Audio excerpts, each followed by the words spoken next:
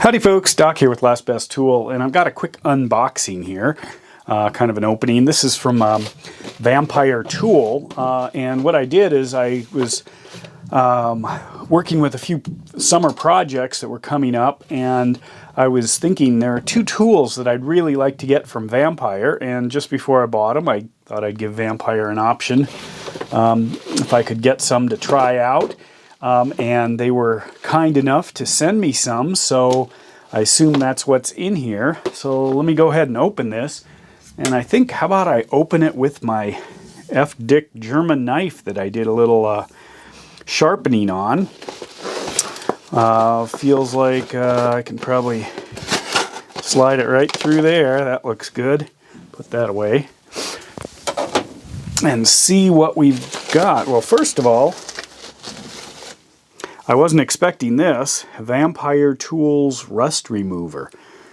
It looks like this is a kind of a penetrating material. What's in this guy?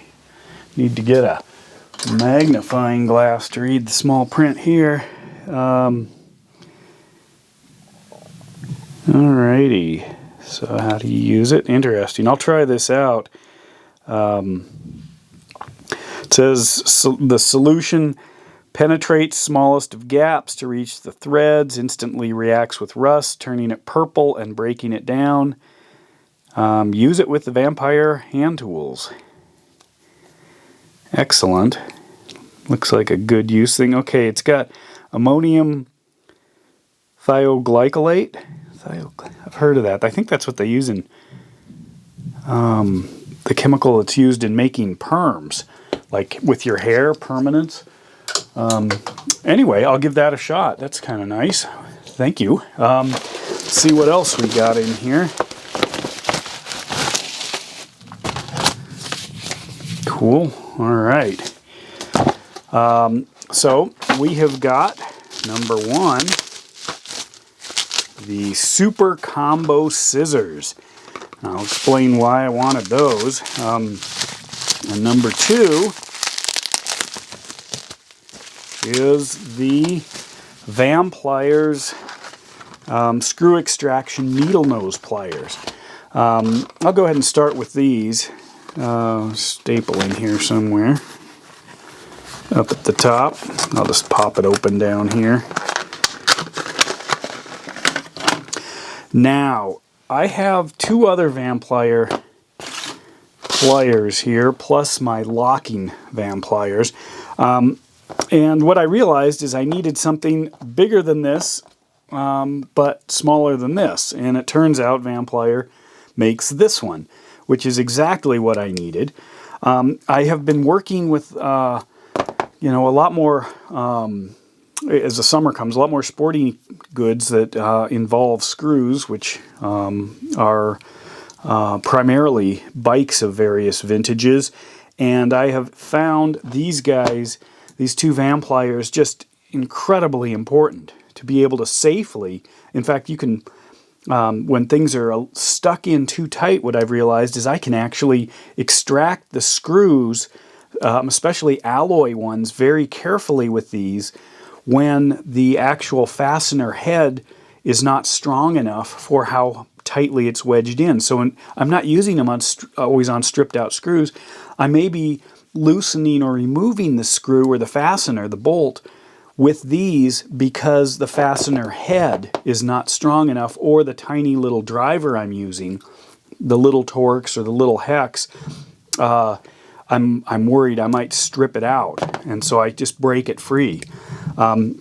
Anyway, and I was looking, and this is exactly what I wanted. And I was just about to buy them, and I thought, you know what? I would love to have some of these to try out. And I think this is going to be, a major go-to for screw extraction. And if you work with, especially high-end road bikes and mountain bikes, sometimes you're going alloy into alloy, or steel into steel, and they get stuck, especially if any sweat or water or whatever gets down around the screw area, which is where this may really come in handy. And it's just kind of hard to know, am I going to bust this thing off in there, or is it just the the fastener head isn't, or the indexing in the fastener head, like the Torx, is just not strong enough for how tightly it's wedged. So I was after those. I will report back with another video of actual use, but absolute dynamite. Look at that beautiful set right there.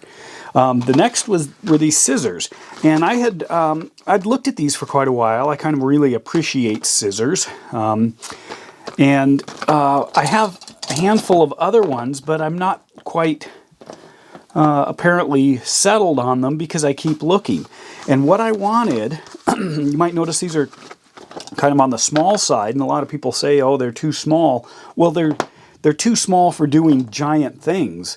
You know, if you're going to cut up a carpet or something, you might want something a little bit bigger. But what I wanted was kind of what I would consider maybe more of a... it's interesting. Where's the staple? Oh, it's stuck right there. You see the little staple?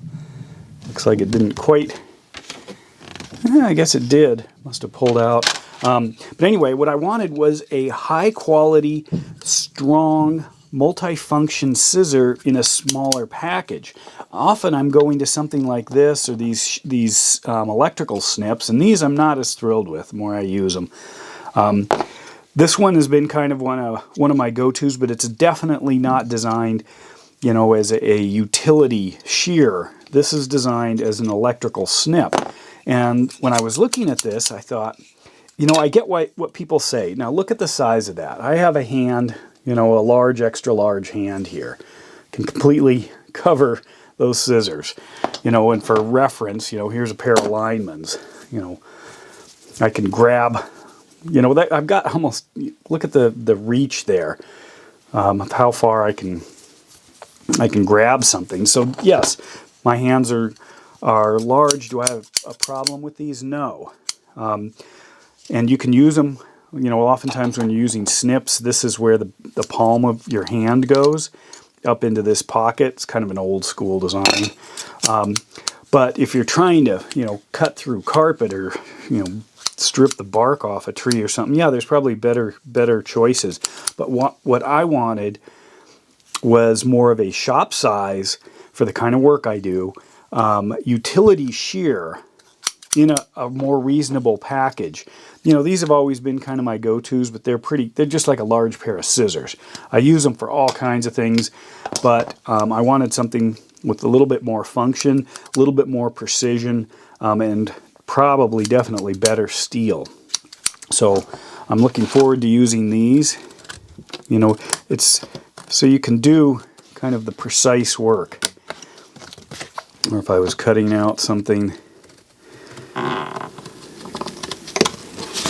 whereas if I grab something big, you know, it's a little bit more difficult to guide in something that I barely see. They all have their place. I have a bit of a hole in my scissor collection here where this will fit, and lightweight. This is where you're pushing, and they've got a fairly large area. In fact, it might even be bigger than this Milwaukee's.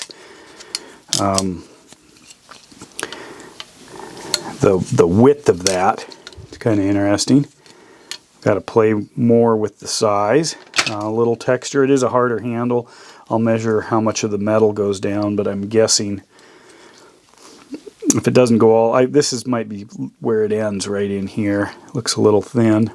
Hold up to the light. But anyway, when you get a large scissor, it's hard to get the sight line, hard to get a precision tip. This just looked like a nice, ideal size. So I'm looking forward to using this. Looks like a very well designed scissor. Nice sight line too, right down through there. Sorry if you're a lefty. It's going to be on the other side over here. But anyway, so there's my quick unboxing. Got three treats from Vamplier tool. Rapidly becoming one of my favorite tool companies. And I think this is going to be a winner. Just the feel of it already. The way it slides in, has to do with the angles. I mean, the detail, if you look at the angle right there, that centers it versus most other scissors. They just make everything symmetrical. It's a lot easier probably to design it that way. But you can feel it, how that drops in. Excellent. So, there it is. My Vamplier tool unboxing. More to come on this. With that, Doc out.